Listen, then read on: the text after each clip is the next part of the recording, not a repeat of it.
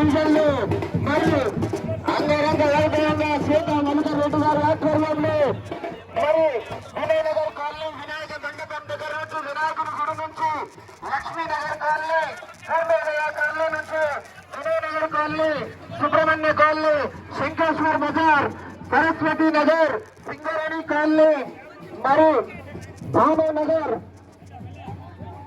పవనపురి colony Vishnupuri colony press colony RTC colony Nagarjuna colony BS Nagar దాని తర్వాత సంతోష్ నగర్ పోతుంది. మరి ఈ యొక్క కార్యక్రమానికి విచ్చేసినటువంటి కార్యకర్తలకు నాయకులకు స్వాగతం సుస్వాగతం. మరి డివిజన్ ప్రెసిడెంట్ అయినటువంటి ముందుకు రావాల్సిందిగా కోరుతున్నాము.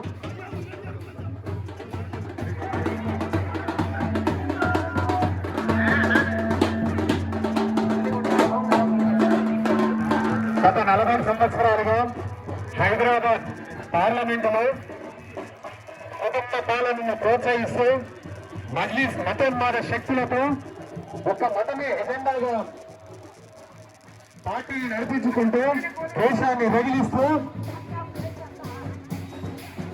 మనుషుల మధ్య ప్రజల మధ్య చుచ్చు పెడుతూ గత 40 ఏళ్లుగా వాళ్ళ కుటుంబం కోసం బద్దం గడుపుకుంటున్నటువంటి ఎందరో మజ్లిస్ మతోన్మాద శక్తులను ఎదిరించడానికి ఒక ఖాళీ రుద్రమాలో ఒక ఝాన్సీ బాయిలో మన బీజేపీ అభ్యర్థి కోంపల్లి మాధవీలత గారు మన కాలనీకి మన గడపకు మన ఇంటికి వచ్చేస్తున్నారు.